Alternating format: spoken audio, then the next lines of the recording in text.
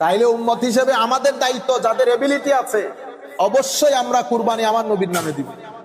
আমার নবী যেহেতু আমার নবীর কুরবানিতে আমাদেরকে শরীক করেছেন, আমরাও আমাদের এবিলিটি অনুযায়ী যার যার এবিলিটি আছে আমরা আমার নবীর নামে কুরবানি দেব। আমি আমাদের উস্তাদদের মধ্যে এমন উস্তাদও চিনি, এখন এগুলো আপনি শরীয়তের মার্কেজের মধ্যে ফেললে স্বাভাবিকভাবে আপনার কাছে মনে হবে না জায়েজ কাজ। উনি আমাকে বলতেছেন, বেটা আমি আমার ফরজ হজ আমার নবীর নামে করেছি। তো বেটা তোমার কাছে, তোমাদের কাছে ঠিক আছে, তোমাদের কাছে আমি দোষী বলতেছে, আমি বোঝানোর জন্য বলতেছি, আমার জীবনে কুরবানি থেকে শুরু করে গরু কুরবানি, ছাগল কুরবানি, হজ, উমরা সবকিছু আমার নবীর নাম, আমার নামে কিছু করি নাই। তো এখন তুমি যদি আমাকে জিজ্ঞেস করো তো আপনার তো হজ হয় নাই, আমি বলবো হ্যাঁ আমার ফরজ হজ হয় নাই। মহব্বতের কোনো দলিল নাই। হায় হায়, তাইলে আমার নবী সাল্লাল্লাহু আলাইহি ওয়াসাল্লাম উম্মতে, এটা ইমাম মুসলিম শরীফের মধ্যে রওয়ায়াত করেছেন, আমার নবী সাল্লাল্লাহু আলাইহি ওয়াসাল্লাম আল্লাহর নাম নিয়ে জবাই করার পরে বলেছেন, আল্লাহুম্মা তাকাব্বাল মিন মুহাম্মাদিন ওয়া আলি মুহাম্মাদিন ওয়া মিন উম্মতি মুহাম্মাদিন সাল্লাল্লাহু আলাইহি ওয়াসাল্লাম। আল্লাহ আমার এই কুরবানি আমার পক্ষ থেকে, আমার পরিবারের পক্ষ থেকে এবং আমার আলের পক্ষ থেকে কবুল করুন।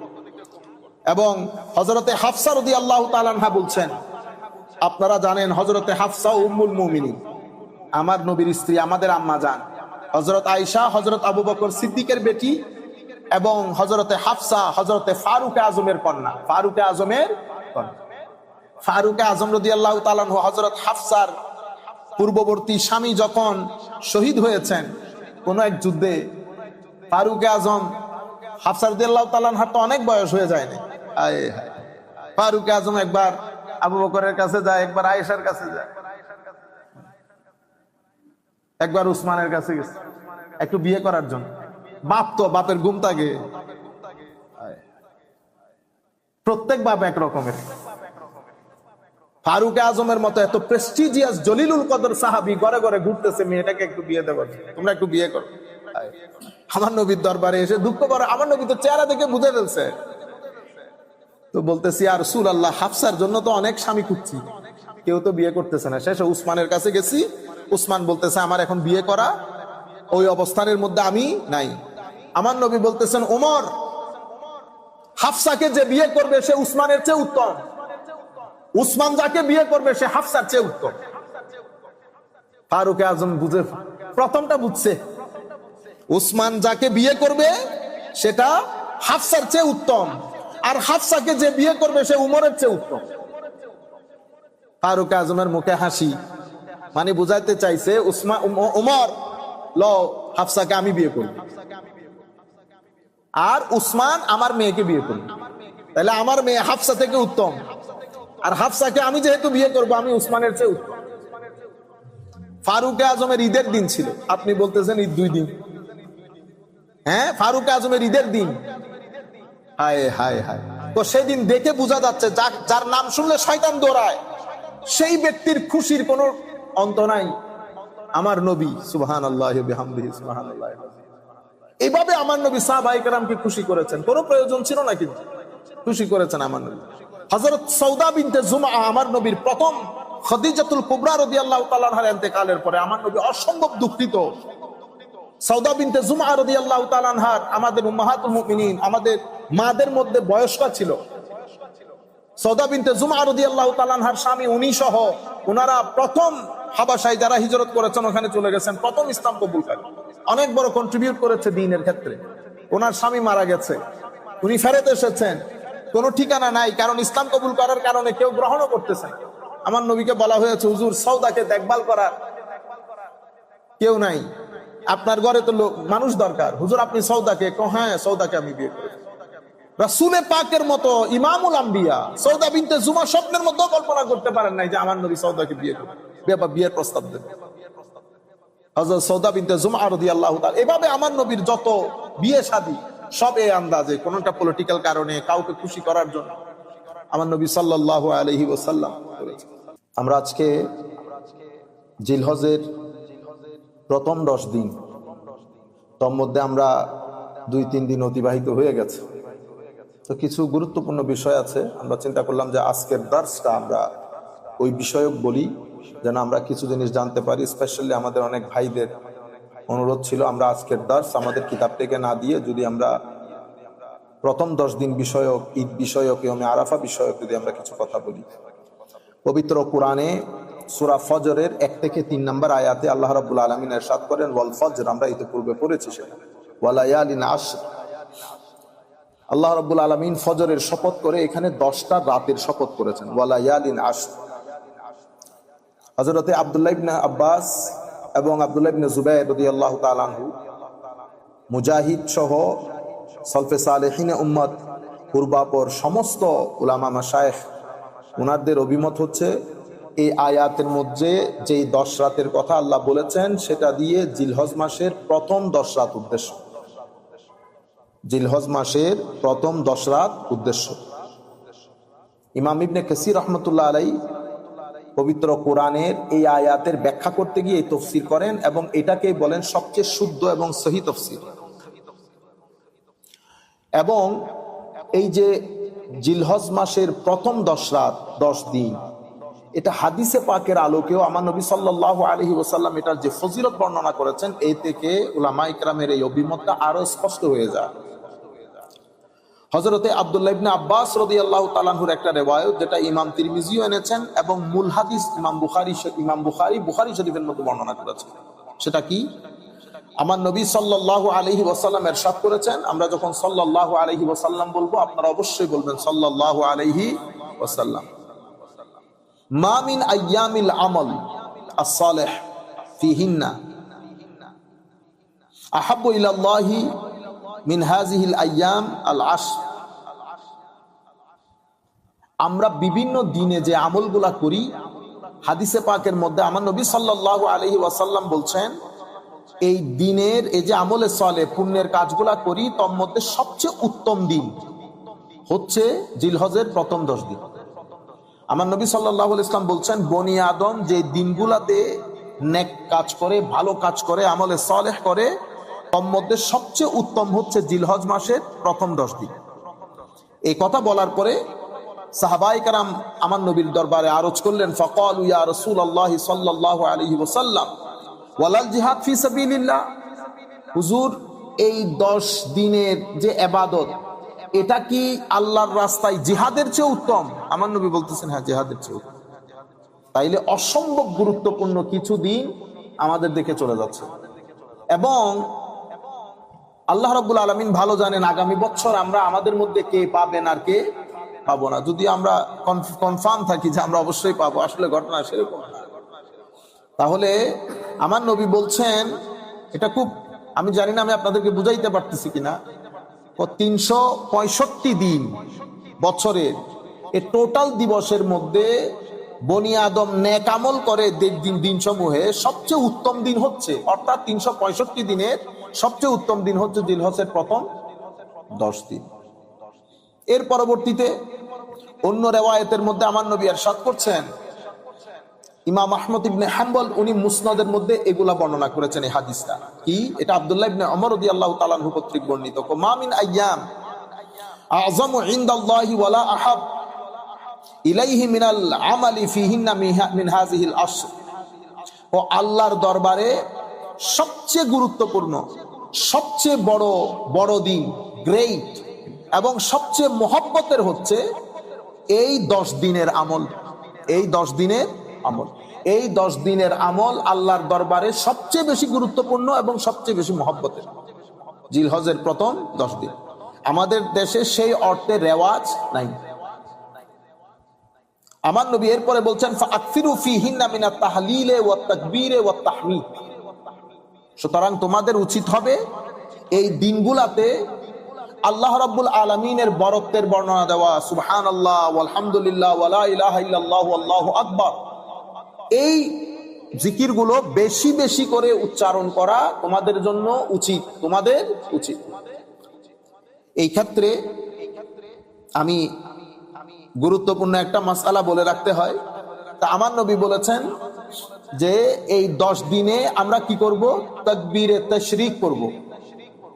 তাকবীরে তাশরিক আপনারা জানেন, আল্লাহু আকবার বলেন সবাই, আল্লাহু আকবার আল্লাহু আকবার লা ইলাহা ইল্লাল্লাহু আল্লাহু আকবার আল্লাহু আকবার ওয়ালিল্লাহিল হামদ। এমনিতে আমরা পড়ি আল্লাহু আল্লাহু লা ইলাহা ইল্লাল্লাহু আল্লাহু আল্লাহ, এরকম পড়িয়েন না। সুর দিয়ে সুন্দর করে পড়বেন, এটা ভিতরে একটা আঘাত করবে, একটা ফিলিংস তৈরি হবে। আরেকবার পড়ি, আল্লাহু আকবার আল্লাহু আকবার লা ইলাহা ইল্লাল্লাহু আল্লাহু আকবার আল্লাহু আকবার ওয়ালিল্লাহিল হামদ। আল্লাহু আকবার কাবীরা ওয়ালহামদুলিল্লাহি কাসীরা ওয়া সুবহানাল্লাহি বুকরাতাও ওয়া আসীলা। তাকবীরে তাশরীক। তো আমার নবী সাল্লাল্লাহু আলাইহি ওয়াসাল্লাম বলেছেন প্রথম 10 দিন যেন আমরা বেশি বেশি করি। তো তাকবীরে তাশরীক, তো ঈদুল আদহার যে তাকবীর কয়টা? 2 প্রকার। কয় প্রকার? 2। একটাকে বলে মুতলক, একটাকে বলে মুকাইয়াদ। মুতলক মানে জেনারেল, যে কোনো সময় পড়তে পারবেন। মুকাইয়াদ মানে স্পেসিফিক। তাইলে রমজান জিলহজের প্রথম 10 দিন আমরা এই তাকবীরটা যেখানে যেখানে যাব, উঠতে বসতে বা যেখানে যাব, আমরা এটা জারি রাখবো। আল্লাহু আকবার আল্লাহু আকবার লা ইলাহা ইল্লাল্লাহ আল্লাহু আকবার ওয়ালিল্লাহিল হামদ। এটা আমাদের হাজী সাহেবান যারা হজের মধ্যে আছে, এদের সাথে একটা কি হবে? কমেমোরেশন হবে, কানেকশন হবে। তো আল্লাহ তাদেরকে যে সওয়াব দেবেন, সেই সওয়াব আল্লাহ আমাদেরকে দান। এটা হচ্ছে জেনারেল, এটাকে বলে তাকবীরে মুতলাক। তাকবীরে মুতলাক জেনারেল তাকবীর। আরেকটা তাকবীর হচ্ছে তাকবীরে মুকাইয়াদ। তাকবীরে মুকাইয়াদ মানে স্পেসিফিক তাকবীর। স্পেসিফিক তাকবীরটা কখন শুরু হয়? এটা শুরু হবে জিলহজের 9 তারিখ আসরের সময়। জিলহজের 9 তারিখ মানে ইয়মে আরাফা। ইয়মে আরাফার আসরের নামাজ থেকে শুরু করব। এটা আমরা পড়ব 13 তারিখ, 13ই জিলহজ। ইয়মে আরাফার ফজর থেকে শুরু করব, 13 তারিখের আসর পর্যন্ত পড়ব। তাইলে ইয়মে আরাফা হচ্ছে বৃহস্পতিবার। তো বৃহস্পতিবারের ফজর থেকে আমরা পড়া শুরু করব। কোনো কারণে যদি ভুলে যান, যখন স্মরণ পড়বে তখন পড়ে দিবেন। ইমাম সাহেবও অনেক সময় ভুলে যান। আপনারা যার স্মরণ থাকবে সাথে সাথে উচ্চ আওয়াজে পড়বেন, মুসল্লিদের স্মরণ এসে যাবে। তাইলে আপনারা এই জিনিসটা একটু ভালো করে রপ্ত করে নেন। তাইলে ঈদুল আদহাকে ঘিরে আমরা যে তাকবীর পড়ি সেটা 2 প্রকার, 2 ধরনের। একটা জেনারেল মুতলক আর একটা মুকাইয়াদ স্পেসিফিক। জেনারেলটা আমরা প্রথম জিলহজ থেকে 10 জিলহজ ঈদ পর্যন্ত যেখানে যাই আমরা এটা জারি রাখবো। আল্লাহু আকবার আল্লাহু লা ইলাহা ইল্লাল্লাহু আল্লাহু সুবহানাল্লাহ আলহামদুলিল্লাহ, এগুলো পড়বেন। আর মুকাইয়াদ যেটা স্পেসিফিক, সেটা 9 জিলহজ ইয়মে আরাফার দিন ফজরের নামাজের পর থেকে শুরু করব, 13ই জিলহজ আসরের নামাজের পরে শেষ করব। আচ্ছা, এটা হচ্ছে আপনার তাহলিল তাকবীর যে বিষয়গুলো নিয়ে কথা এসেছে সেটা। আচ্ছা, এরপরে আমার নবী সাল্লাল্লাহু আলাইহি ওয়াসাল্লাম আমাদেরকে কি বললেন? তো আল্লাহর দরবারে এই 10 দিনের আমল সবচেয়ে গুরুত্বপূর্ণ, সবচেয়ে মহব্বতের। সুতরাং ফাআকসিরু ফীহিন্না মিনাত তাহলিল ওয়াত তাকবীর ওয়াত তাহমিদ, আমাদেরকে তাকবীর, আলহামদুলিল্লাহ, সুবহানাল্লাহ, আল্লাহু আকবার এগুলা বেশি বেশি করতে বলেছে। এর পরবর্তীতে এই জিলহজ মাসের মধ্যে অন্যতম দিন, আল্লাহর ধরতির মধ্যে সবচেয়ে বড় দিন ইয়মে আরাফা। ইয়মে আরাফা মনে রাখবেন, প্রত্যেক বড় দিনের একটা কনটেক্সট থাকে, একটা কনটেক্সট থাকে। যেমন 12ই রবিউল আউয়াল, যেদিন আমার নবী দুনিয়াতে তশরিফ এনেছেন, সেই দিনের কোনো জুড়ি নাই, সেটা আরেকটা কনটেক্সট থেকে। বুঝতে পেরেছেন? এটা একটা কনটেক্সট থেকে। তো ইয়মে আরাফার ব্যাপারে আমার নবী বলছেন, মা মিন, হযরত আয়েশা সিদ্দিকা রাদিয়াল্লাহু তাআলা আনহা থেকে বর্ণিত, তিনি বলেন, মা মিন ইয়াউমিন, ও আল্লাহর দরবারে যেই দিনটাতে বনি আদম সবচেয়ে বেশি জাহান্নাম থেকে মুক্তি লাভ করে, সেটা ইয়মে আরাফার দিন। আয় হায়, ইয়মে আরাফার দিন, আরাফার দিন মাওলাই করিম আল্লাহর বান্দাদের মধ্যে বেশিরভাগ বান্দাকে জাহান্নাম থেকে মুক্তি দান করেন। এত গুরুত্বপূর্ণ দিন। এবং আমার নবী সাল্লাল্লাহু আলাইহি ওয়াসাল্লাম ইরশাদ করছেন, ওয়া ইন্নাহু লা ইয়াদনু, ইয়মে আরাফার দিন আল্লাহর রহমত আল্লাহ বান্দার অতি নিকটে চলে আসে। সুম্মা ইউবাহি বিহিমুল মালাইকা, অতঃপর আল্লাহ ফেরেশতাদের সামনে বলেন, এরা কি চায়? আল্লাহ ফেরেশতাদের সামনে বলে না, আমরা অহংকার করি, গর্ব করি, দেখাই, তোমরা তো অনেক বলেছিলা আমার এই বান্দারা শুধু মারামারি কাটাকাটি করো। এবং আরাফার দিবস আপনারা যারা হজ করেছেন তারা এই টেস্টটা পেয়েছেন, যারা করেন নাই হয়তো এই টেস্টটা পান নাই। দোয়া করি আল্লাহর দরবারে, আল্লাহ যারা যায় নাই তাদেরকে যাওয়ার তৌফিক দান করুন, যারা গেছেন আল্লাহ বারবার তৌফিক দান করুন। ইয়মে আরাফার দিন যে আল্লাহ মাফ করেন, এটা একেবারে অর্ডিনারি মানুষও বুঝে, যে মনে হয় যেন আল্লাহ মানে ডেকে ডেকে বলতেছে তোরেও মাফ করলাম, তোরেও মাফ করলাম, তোরেও মাফ করলাম, তোর আত্মীয় স্বজন মাফ করলাম, তোর মা বাপ মাফ করে দিলাম। সেই পরিমাণ মানে আসরের পর থেকে হু হু করে যে একটা আওয়াজ আসে ইয়মে আরাফার দিন, যে জিন্দেগিতে কান্দে না তারও চোখের পানি আসে। তাইলে আমার নবী হাদিসে পাকের মধ্যে এটা কেন হয়? কারণ আমার আল্লাহ বান্দার অতি নিকটে চলে আসে, বান্দার অতি নিকটে। সুতরাং আমরা বিশুদ্ধবার যে আরাফার দিন আমরা যেখানে থাকি না কেন ফিল করবো আমরা আরাফাতের ময়দানে ঘুরতেছি। অন্তত সেই দিন আপনারা লুজ টক করিয়েন, 2-3 জনে মিলে কথাবার্তা, সেদিন আপনারা ভিতরে ভিতরে আমার আল্লাহর সাথে কানেক্টেড থাকে। বাজার করেন, হাটে যান, ঘাটে যান, ভিতরে সুবহানাল্লাহ আলহামদুলিল্লাহ বলেন। বিশ্বাস করেন সব কাজ করা যায়, ভিতরকে আল্লাহর দরবারে কানেক্টেড রেখে সব কাজ করা যায়। আমরা যেটাকে অনেক কঠিন মনে করতেছি এটা অনেক কঠিন কাজ না, আমরা কঠিন মনে করি বিদায় কঠিন। হাদিসে পাকের মধ্যে আমার নবী বলতেন সেদিন আল্লাহ গর্ব করেন ফেরেশতাদের সামনে আল্লাহর বান্দাদের জন্য। অনেক বড় কথা, এগুলো ফিল করেন। আমরা তাকওয়া পরহেজগারি আমাদের এরকম নাই বিদায় আমরা জিনিসগুলো ওভাবে বলতে পারতেছি না। আমি জানি না আমার নবী যখন বলতেছিলেন কি ঘটনা ঘটছিল সাহাবায়ে কেরামের, সুবহানাল্লাহ। তো আমার নবী ইরশাদ করছেন ওই দিন আল্লাহ বনি আদমকে সবচেয়ে বেশি জাহান্নাম থেকে মুক্তি দান করেন।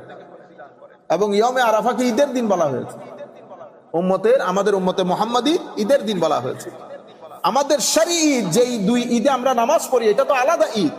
এই ছাড়াও জুমার দিনকে আমার নবী ঈদ বলেছেন, আরাফার দিনকে আমার নবী ঈদ বলেছেন। রবিউল আউয়াল শরীফের যে ঈদ এটাকে বলে ঈদে হুব্বি, মহব্বতের ঈদ, মহব্বতের ঈদ। যেভাবে রাষ্ট্র যেদিন স্বাধীনতা লাভ করে সেদিনকে আমরা ঈদ হিসেবে পালন করি, সৌদি আরবও পালন করে ঈদ হিসেবে। এটা আমাদের দেশের প্রতি মহব্বত, ওই ঈদ আমরা একটার সাথে যেন একটা মিলিয়ে না ফেলি। তো ঈদে মিলাদুন নবী রবিউল আউয়াল শরীফ ঈদ হলে ঈদের নামাজ পড়ি, ইন্না লিল্লাহি ওয়া ইন্না ইলাইহি, ইন্না লিল্লাহি পড়তে হবে, আর তো কিছু করার নাই। এটা শরীয়ত না, মহব্বতের ঈদ। আমার সন্তান যেদিন দুনিয়াতে, আমার মেয়ে যেদিন দুনিয়াতে আসছে এটা আমার ঈদের দিন। আমরা ব্যবহার করি এটা আমাদের ঈদ। বাংলাদেশের স্বাধীনতা দিবস যেদিন পালন করে এটা ঈদের দিন, খুশি উদযাপন। আপনারা বুঝতে পেরেছেন? যাই হোক, তা আমরা ইয়মে আরাফার ওই রাত, বিশেষ করে এই বুধবার রাত, বুধবারের দিবাগত যে রাত সেটা আমাদের আরাফার রাত। আমরা চেষ্টা করব প্রত্যেকে যার যার সামর্থ্য অনুযায়ী। এখন কিন্তু এই যে 3:48 ফজর হয়ে যাবে, কোনো রাতও নাই ধরতে গেলে। আপনারা একটু ইদার উদার ফেসবুকে মুসরামুসরি করতে করতে 3টা বেজে যাবে। সুতরাং প্রত্যেকে চেষ্টা করবেন 1টা থেকে 3টা পর্যন্ত একটু জিকির আজকার কোরআনে পাকের তেলাওয়াত ফিল করেন, ওইটা ভালো লাগবে অনেক। আমার আল্লাহ আমাদের সবাইকে তৌফিক দান করুন। এর পরবর্তীতে আমার নবী সাল্লাল্লাহু আলাইহি ওয়াসাল্লাম কুরবানির দিন, তাইলে আমরা কি কি পাইলাম? প্রথম 10 দিন, আরাফার দিন, এবার কুরবানি। আমার নবী সাল্লাল্লাহু আলাইহি ওয়াসাল্লাম ইরশাদ করছেন, ক্বালা সাল্লাল্লাহু আলাইহি ওয়াসাল্লাম আযমুল আইয়াম ইনদাল্লাহি ইয়াউমুন নাহর। দেখছেন এই হাদিসের মধ্যে আমার নবী বলছেন আল্লাহর দরবারে সবচেয়ে বড় দিন কুরবানির দিন।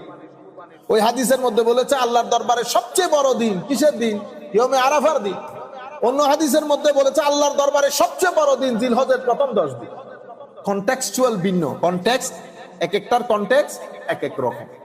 তা আমার নবী বলছেন যে আল্লাহর দরবারে সবচেয়ে বড় সম্মানিত দিন হচ্ছে কুরবানির দিন, সুম্মা ইয়াউম আল কার, অতঃপর কুরবানির পরের দিন, অতঃপর কুরবানির পরের দিন। এর পরবর্তীতে এই যে ইয়াউমুন নাহর কুরবানি, আমার নবী সাল্লাল্লাহু আলাইহি ওয়াসাল্লাম এই জন্য আমাদেরকে, যারা যেখান থেকে বসে শুনছেন, আমি আগে হাদিস শরীফটা পড়ি তারপর আপনাদেরকে বলি। কুরবানি করা আমাদের মাযহাবের মধ্যে, আমরা যে মাযহাব অনুসরণ করি ইমামে আযম আবু হানিফার মাযহাব, ওই মাযহাবে আমাদের জন্য কুরবানি করা ওয়াজিব, কুরবানি করা ওয়াজিব। এটা শাইরুল্লাহ। পবিত্র কোরআনে কিসের উপর উজুবটা হয়েছে? সূরা কাউসারে আমার আল্লাহ বলছেন ফাসাল্লি লিরাব্বিকা ওয়ানহার, অতঃপর তোমরা নামাজ আদায় করো আল্লাহর জন্য, ওয়ানহার এবং কুরবানি করো। এটা থেকে ইমামে আযম আবু হানিফা রাদিয়াল্লাহু তাআলা আনহুর মাযহাবের মধ্যে মাসালা ডিরাইভ করা হয়েছে কুরবানির হুকুম হচ্ছে উজুব, ওয়াজিব, এটা ওয়াজিব। এর পরবর্তীতে আমার নবী সাল্লাল্লাহু আলাইহি ওয়াসাল্লামের হাদিসে পাক দেখেন, তো হাদিসে পাক হচ্ছে হযরত আয়েশা সিদ্দিকা রাদিয়াল্লাহু তাআলা আনহাকে আমার নবী বলছেন আন্না রাসূলুল্লাহ সাল্লাল্লাহু আলাইহি ওয়াসাল্লাম আমারা বিকাবাশিন আকরান। আমার নবী হযরত আয়েশা সিদ্দিকাকে বলছেন, আয়েশা ওই শিঙালা ছাগলটাকে নিয়ে আসো। তো ছাগলটার হাদিসে পাকের মধ্যে আবার ওই ছাগলের কালার বর্ণনা দিছে, চোখের দিক থেকে কালো, পাটা কালো, হাঁটু পর্যন্ত কালো। আচ্ছা, এরপরে কি? ইয়াতাউ ফি সাওয়াত ওয়া ইয়াবরুগু ফি সাওয়াত ওয়া ইয়ানজুরু ফি সাওয়াত ফাউতিয়া বিহি লিইউদাহিয়া বিহি। আমার নবীর দরবারে ওই ছাগল পেশ করা হলো, আমার নবী কুরবানি করবেন ওইটা দিয়ে। আচ্ছা, ফাকালা লাহা ইয়া আয়েশা হালুম্মি আল মুদিয়া, আয়েশা আমার ছুরিটা নাও, আমার ছুরিটা দাও। সুম্মা ক্বালা আশহাজিহা বিহাজার, আয়েশা একটা পাথরের মধ্যে সেটাকে কি করে দাও, দাঁড়াই দাও। দেখছেন নি অবস্থা? আমার নবী হযরত আয়েশা সিদ্দিকা রাদিয়াল্লাহু তাআলা আনহাকে বলতেছেন, আয়েশা একটু ধার করে দাও। কিসের মধ্যে? বিহাজারিন, পাথরের মধ্যে। ফাফাআলাত, হযরত আয়েশা সিদ্দিকা আমার নবী যেভাবে বলেছেন পাথর নিয়ে ওই ছুরিটাকে একটু ধার দিয়ে দিলেন। সুম্মা আখাযাহা ওয়া আখাযাল কাবাশ ফাআজ্জা, আমার নবী ছুরিও নিলেন, ছাগলটাকেও ধরে ছাগলটাকে শোয়াই দিলেন। ফাআজ্জাহু, শোয়াই দিলেন। সুম্মা যাবাহাহু, অতঃপর আমার নবী জবাই করলেন। সুম্মা ক্বাল বিসমিল্লাহ আল্লাহুম্মা তাকাব্বাল মিন মুহাম্মাদিন ওয়া আলি মুহাম্মাদিন ওয়া মিন উম্মতি মুহাম্মাদিন সাল্লাল্লাহু তাআলা আলাইহি ওয়া সাল্লাম। সুম্মা দাহাবে, আমার নবী সাল্লাল্লাহু আলাইহি ওয়া সাল্লাম বললেন, আমি আল্লাহর নামে জবাই করলাম, আল্লাহ আমার এই কুরবানি আমার পক্ষ থেকে, আমার পরিবারের পক্ষ থেকে এবং আমার উম্মতের পক্ষ থেকে কবুল করো। দেখছেন? তাইলে উম্মত হিসেবে আমাদের দায়িত্ব, যাদের এবিলিটি আছে অবশ্যই আমরা কুরবানি আমার নবীর নামে দিব। আমার নবী যেহেতু আমার নবীর কুরবানিতে আমাদেরকে শরীক করেছেন, আমরাও আমাদের এবিলিটি অনুযায়ী, যার যার এবিলিটি আছে, আমরা আমার নবীর নামে কুরবানি দেব। আমি আমাদের উস্তাদদের মধ্যে এমন উস্তাদও চিনি, এখন এগুলো আপনি শরীয়তের মারপ্যাচের মধ্যে ফেললে স্বাভাবিকভাবে আপনার কাছে মনে হবে নাজায়েজ কাজ। উনি আমাকে বলতেছেন, বেটা আমি আমার ফরজ হজ আমার নবীর নামে করেছি। তো বেটা তোমার কাছে, তোমাদের কাছে ঠিক আছে, তোমাদের কাছে আমি দোষী। বলতেছে আমি বুঝানোর জন্য বলতেছি, আমার জীবনে কুরবানি থেকে শুরু করে গরু কুরবানি, ছাগল কুরবানি, হজ, উমরা সবকিছু আমার নবীর নাম, আমার নামে কিছু করি নাই। তো এখন তুমি যদি আমাকে জিজ্ঞেস করো, তো আপনার তো হজ হয় নাই, আমি বলবো হ্যাঁ আমার ফরজ হজ হয় নাই। মহব্বতের কোনো দলিল নাই। তাইলে আমার নবী সাল্লাল্লাহু আলাইহি ওয়াসাল্লাম উম্মতে, এটা ইমাম মুসলিম শরীফের মধ্যে রওয়ায়াত করেছেন, আমার নবী সাল্লাল্লাহু আলাইহি ওয়াসাল্লাম আল্লাহর নাম নিয়ে জবাই করার পরে বলেছেন, আল্লাহুম্মা তাকাব্বাল মিন মুহাম্মাদিন ওয়া আলি মুহাম্মাদিন ওয়া মিন উম্মতি মুহাম্মাদিন সাল্লাল্লাহু আলাইহি ওয়াসাল্লাম। আল্লাহ আমার এই কুরবানি আমার পক্ষ থেকে, আমার পরিবারের পক্ষ থেকে এবং আমার আলের পক্ষ থেকে কবুল করুন। এবং হযরতে হাফসা রাদিয়াল্লাহু তাআলা আনহা বলছেন, আপনারা জানেন হযরতে হাফসা উম্মুল মুমিনিন, আমার নবীর স্ত্রী, আমাদের আম্মা জান। হযরত আয়েশা হযরত আবু বকর সিদ্দিকের বেটি এবং হযরতে হাফসা হযরতে ফারুক আজমের কন্যা। ফারুক আজমের কন্যা, ফারুক আজম রাদিয়াল্লাহু তাআলা আনহু হযরত হাফসার পূর্ববর্তী স্বামী যখন শহীদ হয়েছেন কোন এক যুদ্ধে, ফারুক আজম, হাফসা রাদিয়াল্লাহু তাআলা আনহার তো অনেক বয়স হয়ে যায় না, ফারুক আজম একবার আবু বকরের কাছে যায়, একবার আয়েশার কাছে যায়, একবার উসমানের কাছে গেছে একটু বিয়ে করার জন্য। বাপ তো, বাপের ঘুম থাকে, প্রত্যেক বাপ এক রকমের। ফারুক আজমের মতো এত প্রেস্টিজিয়াস জলিলুল কদর সাহাবী ঘরে ঘরে ঘুরতেছে, মেয়েটাকে একটু বিয়ে দেবো, তোমরা একটু বিয়ে করো। আমার নবীর দরবারে এসে দুঃখ করে, আমার নবী তো চেহারা দেখে বুঝে ফেলছে।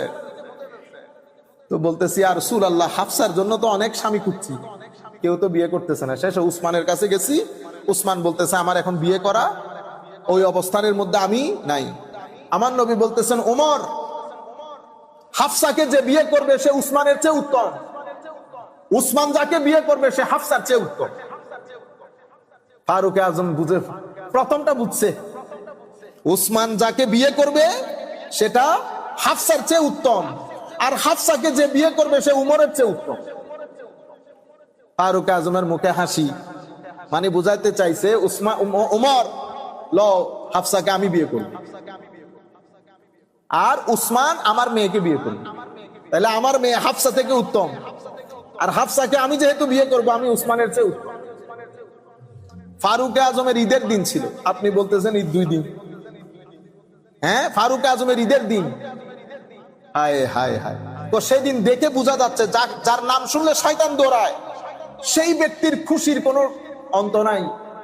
আমার নবী সুবহানাল্লাহি ওয়া বিহামদিহি সুবহানাল্লাহ, এইভাবে আমার নবী সাহাবায়ে কেরামকে খুশি করেছেন, কোনো প্রয়োজন ছিল না, কিন্তু খুশি করেছেন আমার নবী। হযরত সৌদা বিনতে জুমআ, আমার নবীর প্রথম খাদিজাতুল কুবরা রাদিয়াল্লাহু তাআলা আনহার ইন্তেকালের পরে আমার নবী অসম্ভব দুঃখিত। সৌদা বিনতে জুমআ রাদিয়াল্লাহু তাআলা আনহার, আমাদের উম্মাহাতুল মুমিনিন, আমাদের মাদের মধ্যে বয়স্কা ছিল। সৌদা বিনতে জুমআ রাদিয়াল্লাহু তাআলা আনহার স্বামী, উনি সহ ওনারা প্রথম হাবাসায় যারা হিজরত করেছেন ওখানে চলে গেছেন, প্রথম ইসলাম কবুলকারী, অনেক বড় কন্ট্রিবিউট করেছে দ্বীনের ক্ষেত্রে। ওনার স্বামী মারা গেছে, উনি ফেরত এসেছেন, কোনো ঠিকানা নাই, কারণ ইসলাম কবুল করার কারণে কেউ গ্রহণও করতেছে।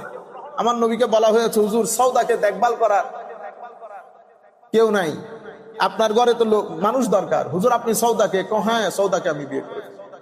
রাসূলে পাকের মতো ইমামুল আম্বিয়া সৌদা বিনতে জুমআ স্বপ্নের মধ্যেও কল্পনা করতে পারেন নাই যে আমার নবী সৌদাকে বিয়ে করবে, বিয়ের প্রস্তাব দেবে। হযরত সৌদা বিনতে জুমআ রাদিয়াল্লাহু তাআলা, এভাবে আমার নবীর যত বিয়ে শাদী সব এই আন্দাজে, কোনটা পলিটিক্যাল কারণে, কাউকে খুশি করার জন্য আমার নবী সাল্লাল্লাহু আলাইহি ওয়াসাল্লাম করেছেন। তো হযরতে হাফসা বলছেন, আরবাউন লাম ইয়াকুন ইয়াদাউহুন্না নবী সাল্লাল্লাহু আলাইহি ওয়াসাল্লাম, চারটা জিনিস আমার নবী কখনো ছাড়েন নাই, ফরজ না নফল, কিন্তু আমার নবী কখনো ছাড়েন নাই। সেটা কি? সিয়াম আশুরা, আশুরা রোজা আমার নবী কখনো ছাড়েন না। ওয়াল আশর, জিলহজের প্রথম 10 দিনের রোজা ছাড়েন নাই। ওয়া সালাস আইয়াম মিন কুল্লি শাহর, প্রত্যেক মাসের যে 3 রোজা আইয়ামে 20 বলি, ওই রোজা আমার নবী কখনো ছাড়েন না। এবং ওয়ার রাকাতাইন ক্বাবলাল গাদাত, ফজরের প্রথম 2 রাকাত সুন্নাহ আমার নবী কখনো ছাড়েন না। এর পরবর্তীতে আমার নবী সাল্লাল্লাহু আলাইহি ওয়াসাল্লামকে ইয়মে আরাফার রোজার ব্যাপারে যখন জিজ্ঞেস করা হয়, আমার নবী বলতেছেন, ইউকাফফারুস সানা আল মাদিয়া ওয়াল বাকিয়া, পূর্বের 1 বছর, পরের 1 বছরের গুনাহ ক্ষমা করে দেন আমার আল্লাহ আরাফার দিন রোজার মাধ্যমে। তাইলে আমরা চেষ্টা করব প্রত্যেকেই বৃহস্পতিবারে রোজা রাখার জন্য, বৃহস্পতিবারে রোজা রাখার জন্য। আর কেউ যদি সম্ভব হয় তাহলে আমরা আর আগামী 3 দিন, কাল পরশু অতঃপর তাজদে করবেন। আর যদি সম্ভব না হয় তাহলে আরাফার রোজাটা একটু রাখার চেষ্টা করবেন। এবং এই 10 দিন আমাদের দেশে সেই অর্থে, আমাদের মুরব্বী, আমাদের উলামায়ে কেরামের মধ্যে আমরা পেয়েছি, কিন্তু আমাদের দেশে সেই অর্থে এই 10 দিনকে তেমন একটা গুরুত্ব দেওয়া হয় না। কিন্তু এটা হাদিসে পাকের আলোকে, এই জন্য আমি চিন্তা করেছি হাদিস শরীফগুলো অন্তত আপনাদেরকে পড়ে শোনাই, যাতে আপনাদের ভিতরে একটা আন্ডারস্ট্যান্ডিং ডেভেলপ করে। আর আমাদের হানিফ ভাইয়ের একটা প্রশ্ন ছিল যে, যদি শুক্রবারে ঈদের দিন হয়, শুক্রবারে ঈদের দিন হয়, তো জুমার নামাজ পড়তে হবে কি? এখানে এখন নতুন নতুন কিছু, এই কি বলবো, আমাদের এক উস্তাদ একটা বলছিল, ও আচ্ছা মনে পড়ছে, কিশোর গ্যাং বেড়ে গেছে। কি গ্যাং? কিশোর গ্যাং। কিশোর গ্যাং মানে কিশোর গ্যাং এর কথা বলতেছে না, আমাদের কথা বলতেছে। ফেসবুক ইউটিউবের মধ্যে কিশোর মৌলবী বেড়ে গেছে, কিশোর গ্যাং বেড়ে গেছে। হ্যাঁ, এদের জ্বালায় ফেকা ফতোয়া বুঝে না, আগামাতা কোনো কিছু নাই। না পড়তে পারলে আরো ভালো, না পড়তে পারলে আরে বলো না। ঈদের নামাজ এক জিনিস, জুমার জামাত আরেক জিনিস। ঈদের জামাতের সময় ঈদের জামাত হবে, আর জুমার জামাতের সময় জুমার জামাত হবে। আমি একটা বিষয় আপনাদেরকে বলি, অসংখ্য হাদিস শরীফ আছে যে হাদিস শরীফ গুলোর উপর আমল হয় না, যে হাদিস শরীফ গুলোর উপর আমল একটা সময় অ্যাক্টিভ ছিল, কিন্তু পরবর্তীতে সেগুলো আর অ্যাক্টিভ নাই। সেই কারণে ইভেন ইমাম বুখারী রহমতুল্লাহি আলাইহি, এগুলা হচ্ছে এজমাই উম্মত, মানে উম্মতের এজমা, ঐক্যমত্য, পূর্বাপর সমস্ত উম্মত একমত। ইমাম বুখারী রহমতুল্লাহ আলাইহি 2 লাখ হাদিস জানতেন। প্রথমে তো 6 লাখ হাদিস সংগ্রহ করেছেন, 6 লক্ষ, এবং 1 লক্ষ সহিহ হাদিস ছিল ওনার কাছে। 6 লাখ 1 লাখ সহিহ হাদিস ছিল। এই সহিহ হাদিসগুলোর মধ্যে ইমাম বুখারী বলছেন, আমি সামান্য সংখ্যক হাদিস এই বুখারী শরীফের মধ্যে ঢুকাই, এটার কলেবর বড় হয়ে যাবে এই ভয়ে, মানুষ পড়বে না। তাইলে জানেন 1 লাখ ইনক্লুড, এটা আমি এই যে কথাটা বলেছি, এটা এজমাই উম্মত এটার উপর। হেন কোন উলুমে হাদিসের কিতাব নাই, মুকদ্দমা ইবনে সালাহ ইমাম শাহজুরির পর থেকে অতঃপর ওইটার উপর এর পরবর্তীতে আমরা এলমুল হাদিস মাদ্রাসার ছাত্র যারা শুনতেছে দেখতেছে, আপনারা যদি উলুমে হাদিসের যান তো উলুমে হাদিসের এই মানে আমাদের হাদিসে পাকের মধ্যে বুখারী শরীফের অবস্থান যেমন, উলুমে হাদিসের ক্ষেত্রে ইমাম ইবনুস সালাহ শাযুরীর মুকাদ্দমার অবস্থানও তেমন। এই মুকাদ্দমাকে পরবর্তী মুহাদ্দিসিন কেউ এক্সপ্লেইন করেছে, কেউ এটার উপর সামারি লিখেছে, যা কিছু হয়েছে মুকাদ্দমাকে ঘিরে, মেথডোলজি মুকাদ্দমার। এর পরবর্তীতে ইমাম নববী এসে এই পুরা মেথডকে তাকে ইমাম নববী ভঙ্গ করেন। ইমাম নববী আরেকটা কিতাব লিখেন এবং সমস্ত উলুমে হাদিসের আইমায়ে কেরাম ইমাম বুখারীর এই কথাটা নকল করেছেন। এই জন্য মুহাদ্দিসিনে কেরাম বলেছেন এটা ইজমাই উম্মত সাধিত হয়েছে এই কথার উপর। সেটা কি? ইমাম বুখারী 1 লক্ষ সহিহ হাদিস জানতেন, তার মধ্যে কিছু সংখ্যক হাদিস উনি ওনার বুখারী শরীফের মধ্যে ঢুকিয়েছেন। যেমন আমার নবী, আমি জাস্ট আপনারা বুঝার জন্য বলছি, শুধু হাদিস শুনে দৌড় দিলে আপনি হবে না। সমস্ত হাদিস আমলযোগ্য না, আমলযোগ্য যেটা এটাকে আমরা বলি সুন্নাহ, এটাকে আমরা কি বলি? সুন্নাহ। যেমন আমার নবী সাল্লাল্লাহু আলাইহি ওয়াসাল্লাম ইরশাদ করেছেন যে আপনি যদি আগুনে পাকানো জিনিস খান তা আপনাকে কি করতে হবে? ওযু করতে হবে। এটা প্রথম যুগে ছিল। পরবর্তীতে আমার নবী এই হুকুমটাকে কি করেছেন? রহিত করেছেন, অ্যাব্রোগেট করেছেন। এখন এই যে অ্যাব্রোগেটেড হয়ে গেছে, এটা আমার মতো লোক জানবে, বুঝবে? এই জন্য আল্লাহ রাব্বুল আলামিন ওগুলা বুঝার জন্য ওই মারেফত সম্পন্ন আলেম জমিনের মধ্যে আল্লাহ পাঠিয়েছেন, যারা আমাদের জন্য ওগুলা পরিষ্কার করে দিয়েছে। উটের গোশত খেলে কি হয়ে যায়? ওযু ভেঙে যায়। এই যে আমাদের গত হজের মধ্যে আমাদের এক ছেলে আসছে, তো তখন আমাদেরকে এক ভদ্রলোক একটু মেহমানদারি করেছে, উটের মাংস টাংস অনেক কিছু নিয়ে এসেছে, বিশাল বড় পার্টি। সে ওযু করবে কেন? উটের মাংস খেলে ওযু ভেঙে যায়। টাস টাস গুগল থেকে বেরও করে দিয়েছে। তা আমার আর কথা বলার দরকার আছে? জি, মনে হয় যেন মানে জমিন মনে হয় মাঝে মধ্যে আসমান ভাঙ্গে পড়ে না কেন। তা আল্লাহ বেটা, এটা শুধু একটা লাইন যদি দেখে আপনি দৌড়াদৌড়ি করেন তাহলে তো হবে না। এটা অ্যাক্টিভ ছিল। পরবর্তীতে এই হুকুমটাকে আমার নবী অ্যাব্রোগেট করেছেন। এই যে হুকুমের বিষয়গুলোর জন্য আমরা তখন কি করি? ফুকাহায়ে কেরামের দরবারে আসি জিনিসগুলা জানার জন্য, ব্যাখ্যা টানার জন্য। যেমন আমার নবী সাল্লাল্লাহু আলাইহি ওয়াসাল্লাম আগে কবর জিয়ারত নিষেধ করেছেন, কবর জিয়ারতকে নিষেধ করেছেন। অতঃপর আমার নবী কবর জিয়ারতে যাচ্ছিলেন। আমার নবীকে জিজ্ঞেস করা হয়েছে, হুজুর আপনি না, নাহা রাসূল, আপনি না কবর জিয়ারত নিষেধ করেছেন? কুনতু নাহাইতুকুম আন জিয়ারাতিল কুবুর, আমি কবর জিয়ারত নিষেধ করেছি একটা সময়। আলা ফাজুরুহা, আমার নবী বলতেছেন এখন থেকে কি করো? কবর জিয়ারত করো। যেই কারণে আমার নবী যে কনটেক্সটের কারণে নিষেধ করেছেন সেটা কি হয়ে গেছে? দূর হয়ে গেছে। কুরবানির গোশতের ব্যাপারে বলি, কুরবানির গোশত আমার নবী বলেছেন খাও, মানুষকে দিয়ে দাও, দ্বিতীয় দিন যেন না থাকে, দ্বিতীয় দিন যেন না থাকে। তারপরের বছর সাহাবায়ে কেরাম আমার নবী বলতেছেন খাও, রাখো, মানুষকে দাও, খাও, রাখো, মানুষকে। ইয়া রাসূলুল্লাহ, গতবার যে নিষেধ করেছেন, গতবার দুর্ভিক্ষ ছিল। আমার গ্রাম অঞ্চলের সাহাবায়ে কেরাম, ওদের খাদ্য ছিল না, আমি তোমাদেরকে রাখতে বললে ওরা খাদ্য পাইতো। তাইলে একটা কনটেক্সটের উপর, এগুলো বুখারী মুসলিমের মধ্যে আছে রিওয়ায়াতগুলো, একটা কনটেক্সটের উপর ভিত্তি করে আমার নবী বলেছেন খবরদার গোশত রাখা যাবে না, খাবে এবং দিয়ে ফেলবে। পরবর্তী বছর বলতেছে খাও, রাখো, দাও। ইয়া রাসূলুল্লাহ, গত বছর নিষেধ করেছেন, গত বছর কি ছিল? দুর্ভিক্ষ ছিল। আমাদের মদিনা শরীফের আশপাশে দুর্ভিক্ষ দেখা দিয়েছে, সেই কারণে মানুষের মধ্যে খাদ্য সংকট ছিল। এই খাদ্য সংকট দূরীকরণে আমি নিষেধাজ্ঞা জারি করেছি, এখন আর নেই। আপনারা বুঝতে পেরেছেন? তাইলে সমস্ত হাদিস কখনো আমলযোগ্য হয় না। এটা কারা জানেন? এটা মুহাদ্দিসিনে কেরাম জানেন। ইমাম বুখারীরা কি করেছেন? হাদিসের মধ্যে দুই ধরনের হাদিসই নিয়ে এসেছেন। তো কেন এনেছে? আমি না আনলে তুমি মনে করতে আমি হাদিস পড়ি নাই। আমি তোমাকে বোঝানোর জন্য যে তুমি যেটা মনে করতেছে ইমাম বুখারী জানে এগুলা, কিন্তু আমল ওইটার উপর না, আমল ওইটার উপর। সুতরাং আল্লাহ রাব্বুল আলামিন আমাদের হামি ও নাসির হোক। আমরা জুমার দিন ঈদও পড়ব, জুমাও পড়ব, ঈদও পড়ব, জুমাও পড়ব। আরেকটা গুরুত্বপূর্ণ বিষয়, একজন একটা প্রশ্ন পাঠিয়েছে, খুব ইন্টারেস্টিং প্রশ্ন পাঠিয়েছে, কৌজুর এতগুলা মানুষ কুরবানি, এত কুরবানি না করে টাকাগুলো কোন স্কুলে দিয়ে দিলে অসুবিধা? ও আল্লাহ আল্লাহ, তুমি মাদ্রাসার ছাত্র, সে আল্লাহ তোমার যদি সাহস থাকে তুমি তোমার ক্লাসের মধ্যে হুজুরকে করে দেখিও।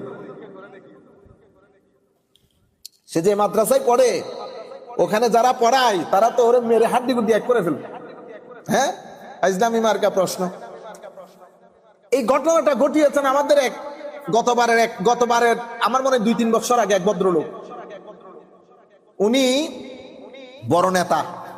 ওনার কাছে মনে হয়েছে হজের পুরা এগুলা বলে ওয়েস্টিং অফ এনার্জি, মানে এগুলা কাজে না লাগিয়ে আপনি শুধুমাত্র ওখানে থেকে টাকাও খরচ, এনার্জিও লস, তখন আপনি দেশের ডেভেলপমেন্টের জন্য নাকি কাজ করতে পারতেন।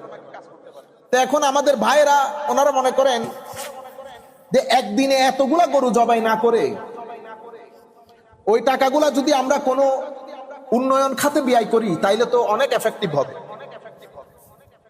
করতে পারতেন যদি এটা গরু ছাগলের দুনিয়া হতো।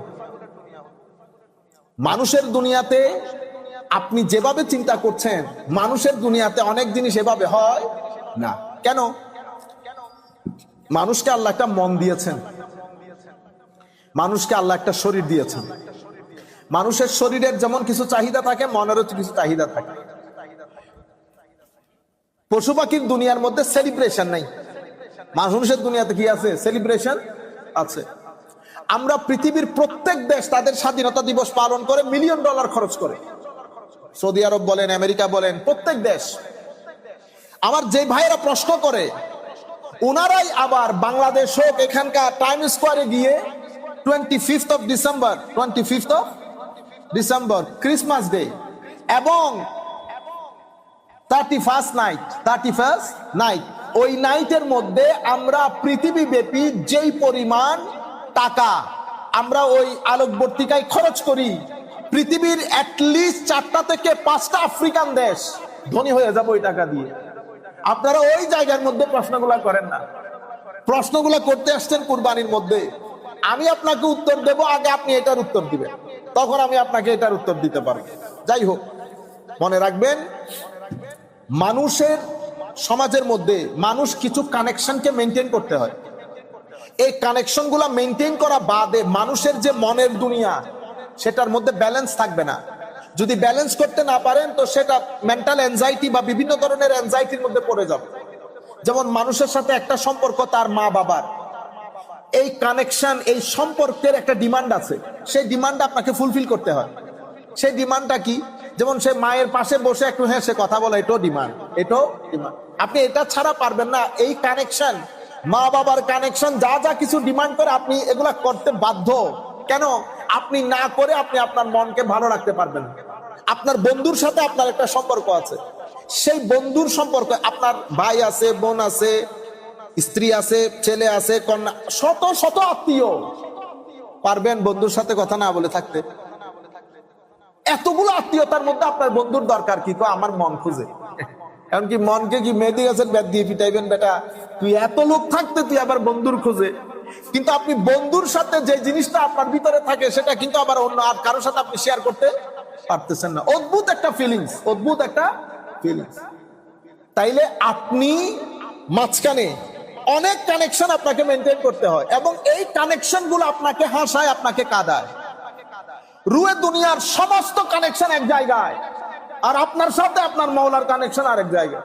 এটা আপনি ফিল করেন না বিদায় প্রশ্নগুলো আসতেছে। যদি ফিল করতেন, যেমন দেশকে আপনি ফিল করেন, সেই কারণে 31st নাইটে আপনি যখন এই যে তারকাবাজি করেন, ওই প্রশ্নগুলো, কারণ আপনি জিনিসটা ফিল করেন, আপনি বলেন এটা একটা ইমোশনের বহিঃপ্রকাশ, তখন আপনার কাছে লজিক্যাল মনে হয় না। এখানে লজিক্যাল মনে হচ্ছে, কারণ আমি ওই সম্পর্কটা লস করে ফেলেছি।